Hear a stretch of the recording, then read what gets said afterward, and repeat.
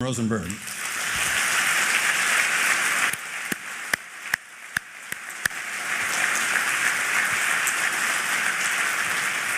That was way too nice. Thank you. I could watch that again. Well, we can. I'd rather talk about your success over the last decade running the Cleveland Clinic. Well, thanks. We're not going to talk about that tonight. Thank you very much. Well, it looks like it's you're on the hot really, spot tonight. really, I'm really sorry. well, Toby. You're the largest employer in Ohio. Well, it's amazing, isn't it?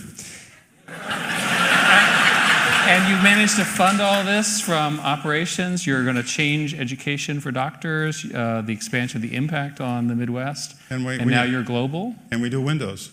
And you're googly. You do things free. Free is a good price. We do that. Here they all are. They're all here for free. Yeah. Well, listen, I want you to know that I can see I got a control problem here today. This is not like the operating room.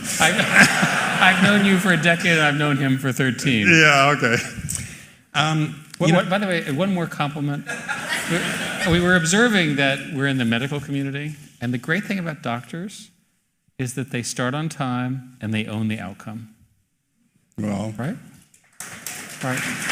So for those of you, I mean, it's actually like really hard to do. It's very impressive, all of you. Thank you. I had the nice opportunity to read your book all the way through over this last weekend. And I want to tell you, all of you, if you haven't bought it, this is a plug. This is the advertising that pays for their trip. That it is a very worthwhile read. I sat down and read it straight through one read. And I want to thank you. And I realize that both of you were really seasoned executives. And you came from different organizations. When did you realize that you weren't in Kansas anymore? There were a lot of early signs, but I think we missed them. I think for me, I showed up, and I'm kind of figuring it out, and the company is very small. And maybe a month or two after I started, I come into work, and I have a tiny little office, an 8-foot by 12-foot office, and there's a person in it who's working. He's moved his desk in, and I said, hello. He said, hello, I'm Amit. And I roughly said, what are you doing here? How did you say it? Like, roughly, in a nice way. I was like shocked. And he said, I've moved in. And I said, okay. And he said, well, and I paused, and he said, well, my office is over there, and it's really, really crowded, and you're never here. Now, it occurred to me... This gives me a pause, by the way, for tomorrow morning. So at this point, I realized that there's no possible thing I can now say. Anything I say is like bad, like get out of my office, or who the hell are you, or one of those things. So I had no choice but to sit down at my desk next to him. How'd you guys get on? Well, it was interesting that he's an engineer, and so he didn't say anything, and he was programming, and he had his headphones on, so I didn't have to talk to him at all. So about a month later, I'm talking to Amit, 2 months later, I'm talking to Amit, who's running sales. And, and I'm having this conversation, and it's, look, I think the number needs to be higher. And he says, no, it's a stretch goal. We're trying to get to 120, referring to $1 million of revenue. And I said, I'm sure that you can do higher. I mean, I've been looking at the growth rates. And he goes, yeah, we're going to try for 122. I click up the phone, and he takes his headphones off and says, do you need to know the revenue number? I said, I knew you were listening in on all my conversations. I knew it. I knew you were sitting here listening. So it turns out that his job was to model revenue in the analytics department. So I never told anyone, and I just tortured the salespeople because I had the scientists next to me. Right. So what I learned a bit from this, aside from being just sort of fun, is one, sometimes God sends a gift, right? And that gift was Amit sitting next door to me. But the other thing I learned was that you can model things analytically in this new world in a way that I had never imagined. And that's been one of sort of the core values and theses of Google. And I think it's also a core value today for all of us and everyone here. Jonathan? My moment was different. I had actually done a bunch of the things that you put in your nice video up there at eWorld and at Excite at Home, the now defunct Excite at Home, actually. And I developed what I thought was a lot of expertise in product management. That's why I was hired. I was the adult supervision for product management. And traditional product management that you learn in business school is really kind of this very structured gate-based thing where there's concept phases and investigation phases and then development. And at each of these gates, the company releases more money and you move through the product cycle and you increase your investment. And so I thought, well, I'll show them how good I am at this. I'll produce the mother of all product plans and business plans and I'll give it to Larry. So I did. And it was complete with all of the requisite charts and information, and it looked beautiful, and it had great vision. And I hand it to Larry, and he gets to like the 3rd page, and he just looks at me and sort of very quietly says, "No." And I'm like, "Larry, this is how we do product planning." And he says, "You know, when did you ever develop a product this way where the engineers put features into the product that weren't in that plan?" Well, I guess never. He says, "And that pretty Gantt, you call that a Gantt chart? Is that what it is?" I said, "Yes." He says, "When did they ever beat the schedule?" And I said, "Oh, well, they never beat the schedule." He says, "Well, then why do you even do it? That's stupid." And I was like, "Oh, well, that's what I do." So he then said, I then asked him what to do. And he said, "Well, just go sit with the engineers and talk to them about your vision for what we need to accomplish here and work with them." Right after this, I managed to put the engineering leadership together, and I sort of gave a summary to the 2 founders. And Larry said, "None of what you just said is true." And I said, "How do you know?" Sort of an obnoxious back. He said, "I've been reading the snippets." And what had happened was that we had organized the company so that each engineer every week would say roughly what they were working on. And the management did not accurately represent to me what the engineers were working on. Interesting. So what did we do?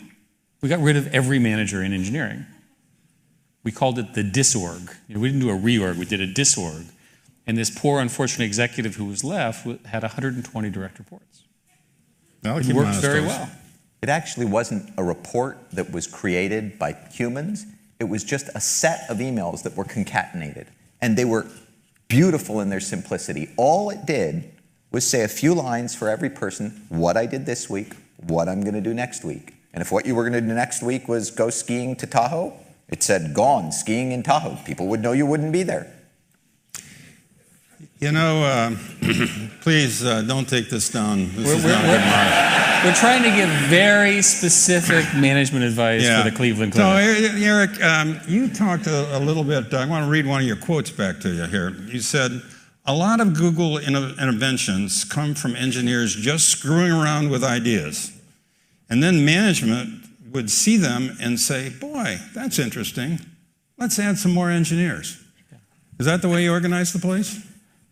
It sounds to me like you might have organized it a little bit more, and this might have been just a tad of understatement about what happens. Well, first place, we want to distinguish between the marketing and the reality a little bit. One of the things that we did early on was we put in a normal management, for example, for the finances.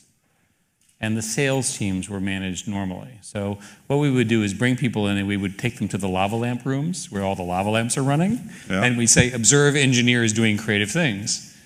The other part of the company, which looked normal, which we needed, because we didn't know how to do it in a crazy way, we actually had. But the core thing that we did do is we allowed people to sort of set very high goals. And one of the sort of problems with corporations is that they set low goals. Jonathan likes to say that instead of saying being 10% better, why don't you be 10 times better? Now the problem is that it's very difficult to hit 10 times better. So if you end up being 3 times better, and in the culture that's failure, then you've missed the entire goaling structure. So we put in place a structure where we would set goals, and if you got to roughly 70% of them, that was an A. And you could never do that in a normal situation. Astro Teller, who works for us, says that imagine you're given a goal to build a new car. And somebody says, build a car that gets 70 miles per gallon. That's a project. But if they say, build a car that gets 500 miles to the gallon, that's a completely different project. You may not actually build a car that gets 500 miles per gallon if that's your objective, but it's probably going to be okay if you fail, And you'll probably come up with something fundamentally new that nobody's ever done before. Yeah, and using that as an example, by the way, I actually did a whole study on this. If you want to get in the hundreds of miles a gallon, you have to change the weight of cars. And the only way to change the weight of cars is to invent completely new materials. Right? So again, it leads to a completely different conversation than you would have by saying, hey, let's just make the engine more efficient. But by the way, there really is a lot of examples where management isn't dictating what goes on at Google. And the reason is that today, it's fundamentally much easier for engineers to prototype and to build demos. So it really is the case that the dynamic is often, we get into a room, an engineer's excited about something, he or she created a prototype, they've showed it to their peers, and people are excited about it. That's a much more common way for something to evolve at Google, as opposed to someone like Eric or me having an idea and telling somebody to work on it. And for many, many years, the way the company worked is we would have these sessions on Tuesdays where people, which were called Google Product Strategy meetings, where anybody could bring their ideas. And they were always like a mess. We were always running late, they were always complicated, but as a result, we kept seeing all these new ideas coming through. And I think that ultimately is how we systematized innovation.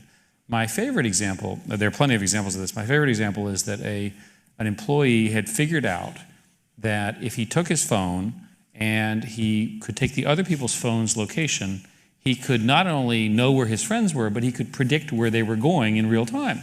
So he presents this, he's all like 22 or 23, and I'm sitting at the other end of the table and I go, oh my God, you've invented this, and I have this ashen face, and he thinks it's praise. Now, I'm just sitting there doing in my math, the lawsuits, the privacy issues, and so forth. So Larry and Sergey picked up on this and decided that this was the best invention ever made. So all of a sudden, I've got a disaster on my hands, because I've got the founders, who are very important, very powerful, and they're saying to this 22-year-old, you're like God, right? And I've got this sort of privacy and legal disaster on my hands. So we ultimately solved this problem by allowing you to restate where you were so that you weren't really there. Oh, that's interesting. Sergey parked himself kite surfing just off the Dumbarton Bridge for a week. In Google Latitude, not really in the bay. So I think that brings up an interesting point. So you've got three very bright, very talented, very creative personalities. How the hell you run the company? We did okay. I recognize that. I'm trying to take lessons from that. I think in tech, if you look at success, we always pick a specific icon. And these are often very impressive people, but in fact, a relatively small team works together to make these tech companies. And I suspect this is true in other businesses as well. So when I was added as a member of the management team, I knew this. I knew I'd be working with brilliant young founders. So I set myself out to sort of organize things and to fill in the gaps. It's their company, it's their ideas, and frankly, their ideas were better than mine. And that structure worked pretty well. A classic example would be that the two of them would have some argument. We'd be sitting in one of these product strategy meetings, and there'd be some very important decision.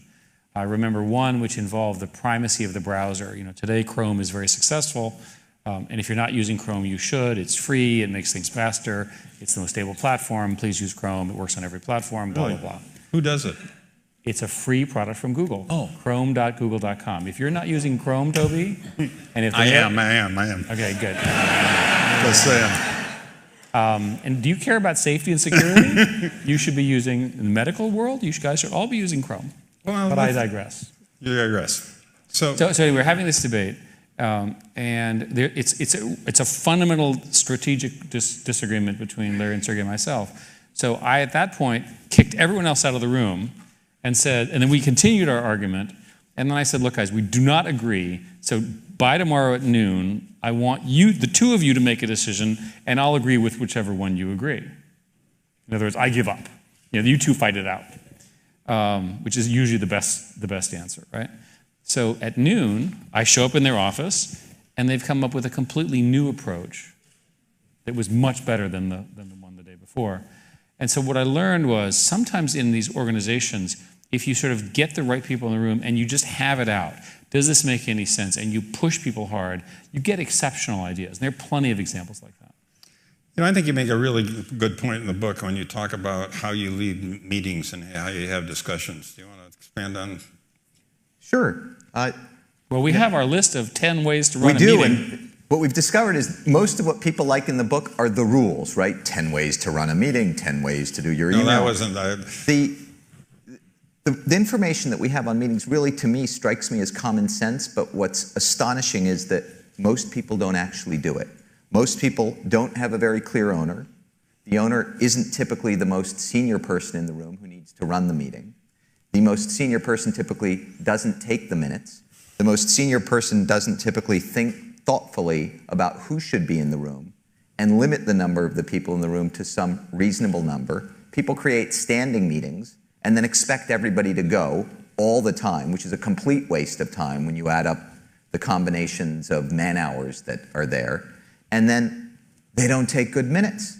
So people are afraid to miss the meeting because they're going to miss the content, and that makes them feel like they're forced to go. So just the basics of the mechanics of forcing that every day and forcing the most senior person to do it makes an enormous difference. You get fewer meetings and you get far less wasted time. You'd be amazed how much meeting hygiene, right? So literally running the meetings more efficiently improves productivity in general, because that's what managers do. We did have one massive management failure, which was my problem. I announced that we should have a meeting, which was the management meeting of the company, that would be 1 hour long per week. So I figured that everybody can put up with 1 hour. And I further decreed that you couldn't be doing email during the 60 minutes. So we would police this by, I would yell at people. So eventually Jonathan would take his then mobile device and do it under the table. It's called the prayer, you know, sort of praying like this, you know. What are you doing, Jonathan? Right, so then we would have other people would call him out and so forth. And eventually I discovered that you can't, at Google, get people to go offline for a face-to-face conversation. It's shocking to me that you're also not doing your email at the same time you're interviewing us. But he did manage to institute one rule related to meetings, which I actually found to be torture at the time, but worked pretty well, which is the only thing executives actually control is the calendar. So when we would have a crisis, Eric would just say, oh, we're having a crisis. We're going to have a daily meeting on this. And we'd actually have a daily meeting. I used to give this speech that if you guys can't resolve this, I'll have a weekly meeting.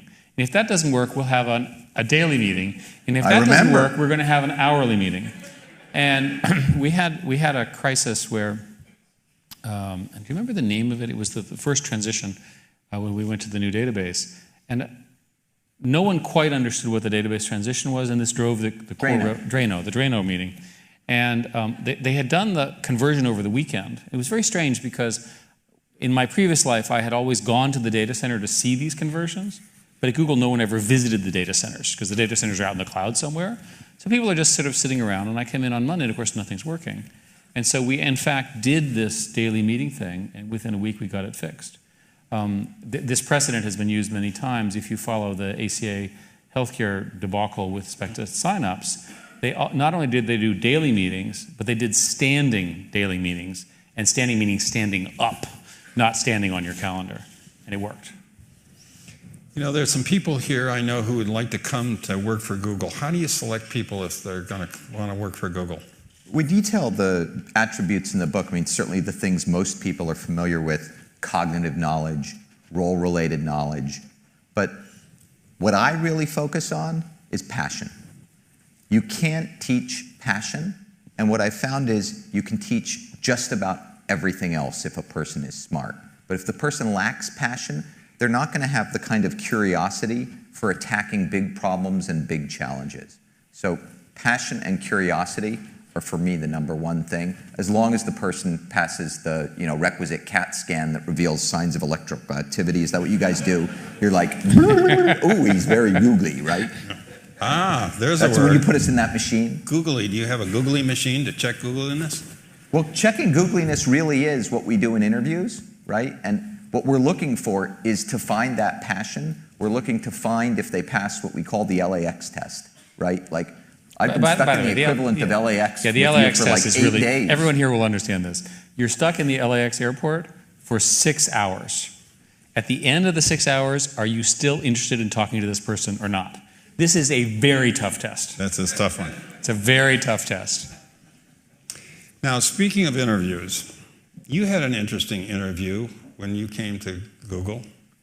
And I'll bet, you only get part of it in the book, but I think there's a lot of bachelors here who'd like to know the whole outcome of that. Well, yeah, I told the 10-second version on the Today Show. I'll tell the slightly longer version. So I get to my interview, and again, I come in thinking I'm a big shot, right? Because I'm in a big job, and this is like a small little company. This was actually 2 years before Eric hired me, so Larry and Sergey were 2 years younger. And I come in, and Sergey interviews me, and he asks a bunch of questions, and I think I do okay. And then he sort of just sits back, and he says, "Explain to me something complicated that I don't know." And he points at the whiteboard, and I'm like, well, I sort of remember bubble sort. Maybe I could do that in BASIC with a double 4 next loop and figure something out. And then I think, that's probably not a good idea. Something he doesn't know. Okay, economics. So I start pulling up my economics memory, and an average cost states that marginal cost biceps average cost at the latter's minimum, set up a cost function Q of x over x, take the first derivative, Q prime of x marginal cost equals average cost, which is Q of x over x, and I'm very proud of myself. And Sergey's like, this is elementary college calculus. I was a math Olympian. And so I look at him, and he's in his torn jeans, and I think, oh, I will switch gears. Mr. Brin, I shall teach you courtship.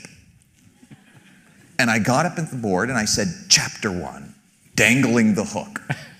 And I started to tell him the story that before I met my wife, somebody told me that there was this nice Jewish girl who was dating somebody else at Watkins Johnson, and that I should meet her. And I said, well, give me her address. I'll send her flowers. And I sent her flowers and a puzzle. And from there, I launched into my explanation to Sergey of courtship. And he seemed quite satisfied and interested. I bet there's some more chapters we'd like to hear for another day. Guys, you can see me afterwards. So, back to the people, the type of people that you hire. You refer to them as smart creatives, and you sort them through. But not just on Googliness, but how many do you have a year? How many applicants? Laszlo has a book coming out called Work Rules, but it was 50,000 per something. It's at least 1,000 per job. I mean, it's 1,000 per job. Yeah, it's at least. We have an enormous inflow, and the good news is we use computers to do the initial weeding.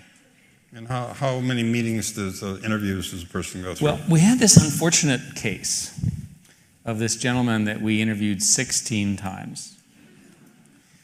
And must have been a big job. No, it wasn't. And I think we rejected him.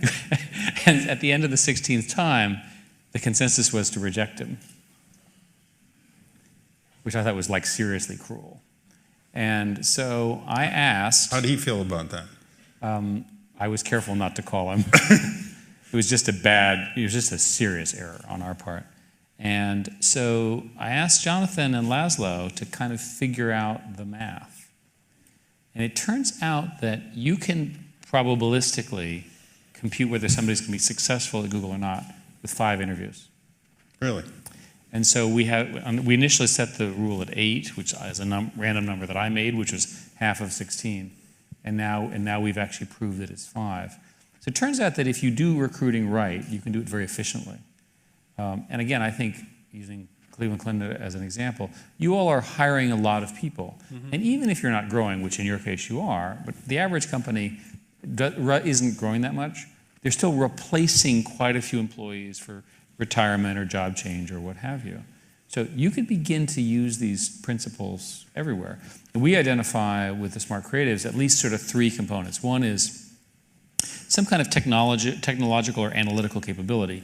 In medicine, that's obvious, right? Because it's a highly technical field. Anyone who's in the medical community is skilled at a specific thing that matters a lot to life care. Another one is some kind of business acumen. They're interested in business. They like being in business. They want to make money or have an impact. And the third one is curiosity. And so if you can, in a few interviews, ascertain that, then the rest of it, the resume and so forth, is quite predictive.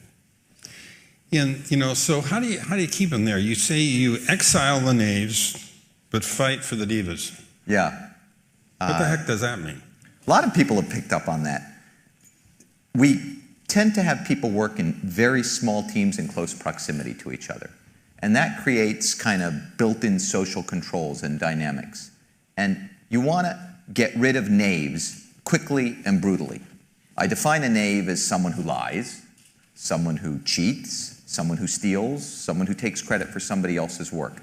Because if you get too much of a tipping point in knave density, then everybody's miserable.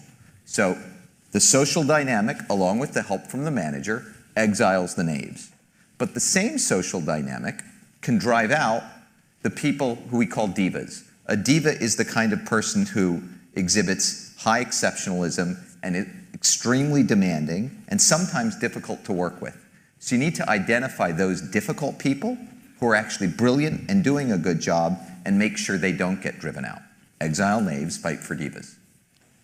So where do you put the divas? Do you have a diva room that you No, isolate? no, no. They have to stay with the... But I think part of it is that as much as I would like the world to be kumbaya, where we're all best friends, we're all even and so forth, human ability is not uniformly distributed. And there are people who are exceptional and also difficult. Perhaps this is true in medicine. Oh, occasionally. Perhaps I'll let you speak to that subject. But those people, if they're honest, hardworking, principled, are enormously valuable. So the executives need to protect them to the point where they can get their job done and they can lead. And I'm not arguing for arrogance, because I think arrogance sort of comes with the package, and obviously we don't want to be too arrogant, and our industry is certainly accused of arrogance correctly. But the fact of the matter is it takes that energy to drive human systems forward, right? We are going to solve this problem. I'm going to invent this. We are going to do this together, right? All of those skills require this sort of diva-ish behavior.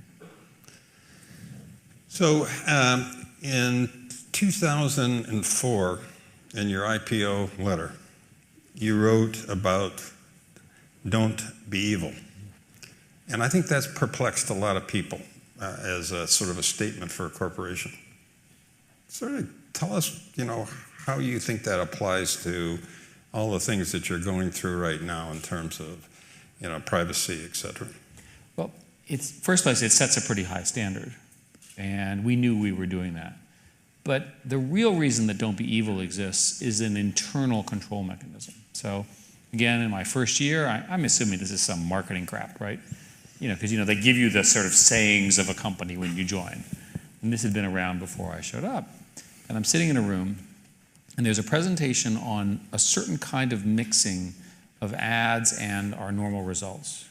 And one of the engineers, his name is Ron, sits there, listens to this for all, and pounds his hand on the table and says, "That's evil." The entire conversation stopped, and there was this sort of 45-minute, literally argument on whether this was evil or not, and we stopped it. And I'm sitting there like, oh my God. And I realized that this principle is a way of internal judgment, since there's no book that codifies evil in a tactical sense. There are in a religious sense, but not in a tactical sense. That you need to have permission to have the conversation. And so this principle guided almost all of the decisions that we made. And the other principle, which again Jonathan promoted a great deal, is we make decisions based on end users. Right? So if you're doing something which is not about an end user and really about something else, you're in that kind of maybe evil territory, and you're going to get called out. And that's, in my view, served us well. So when as you know, because you and I have been friends for a long time, my sort of current job is largely dealing with other people who would regulate, compete with, or otherwise affect Google.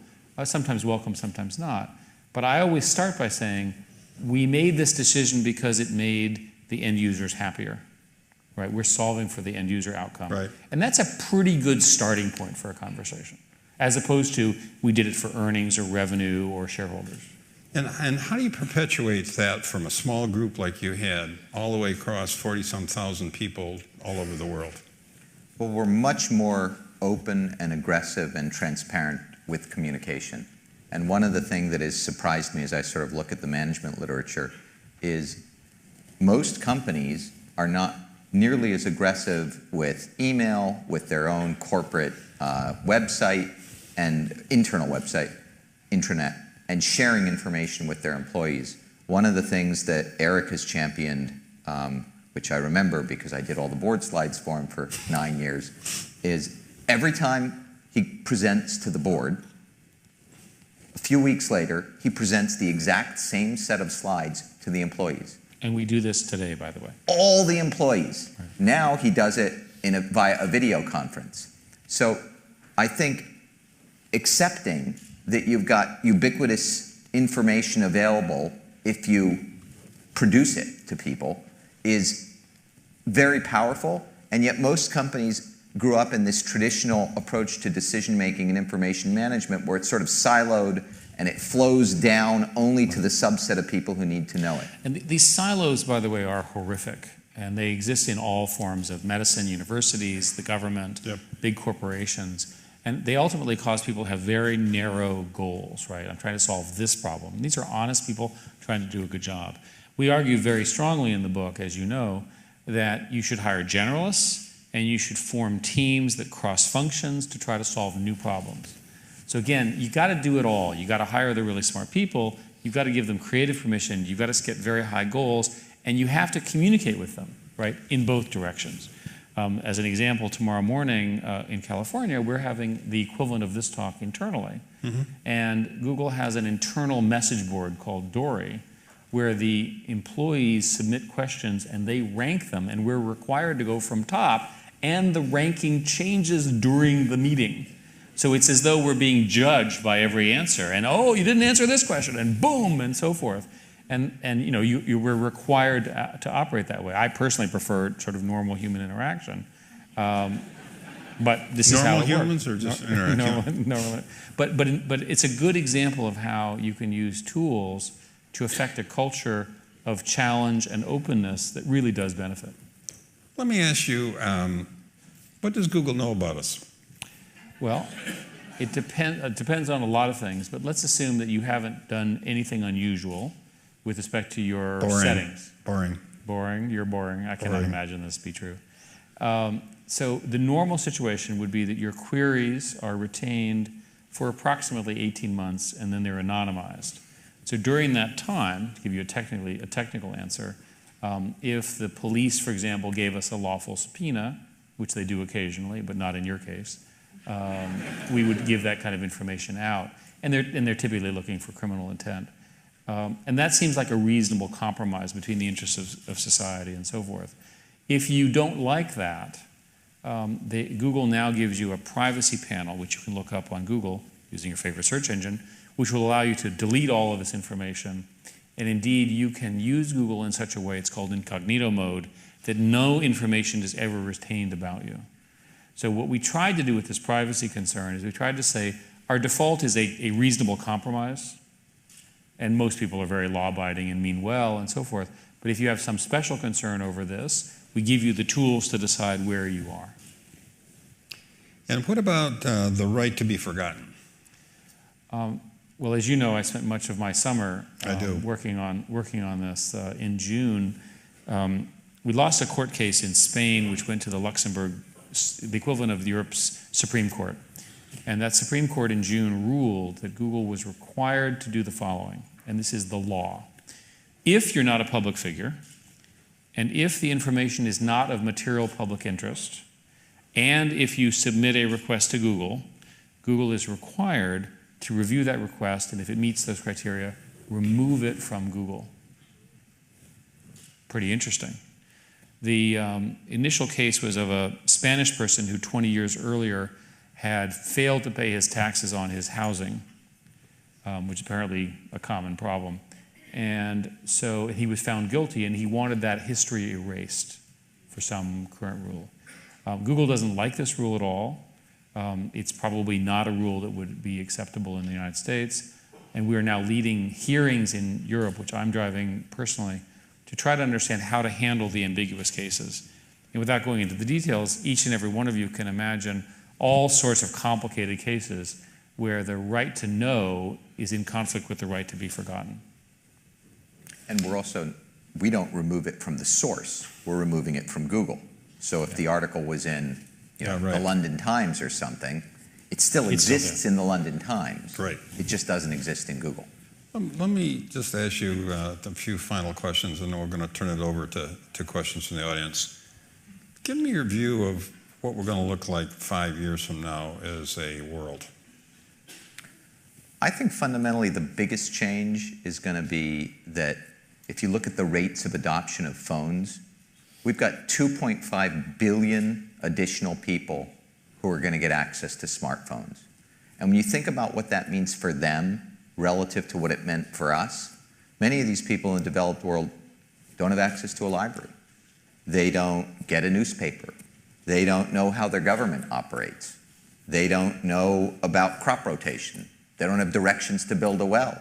They can't send their doctor, they don't have a doctor, but they can't send a doctor a picture when they have some type of problem and get help. So I think fundamentally the biggest thing that's going to happen is those people are going to come online. It's going to completely transform their lives, and they're also going to join the online medium and participate in discussions online with all of us. I think one of the biggest things in the developed world will be the transformation of medicine from the non-invasive monitoring technologies that are being developed to be connected to phones. The Cleveland Clinic has been doing a number of activities in there. You've participated in them. Some of your teams have as well. It goes something like this. Your phone is highly personal. This is obviously opt-in, HIPAA compliant, with your permission, all that kind of stuff. But the non-invasive monitoring, transdermal patches, Wi-Fi out the condition of certain blood situations, et cetera. Literally your phone, the theory is the phone will call the doctor and the phone will text you and say, you're about to die, go to the hospital.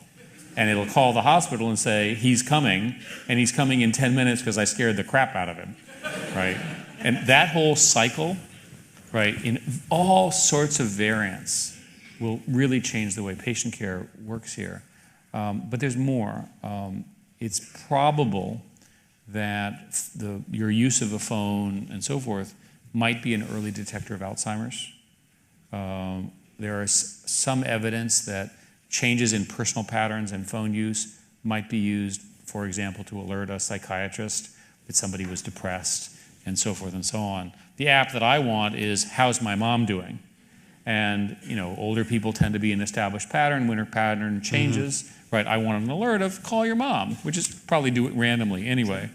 But you see what I'm saying is that this notion of knowing what's going on with the patient when the patient is healthy, and then the alerts as things change, will change medicine forever.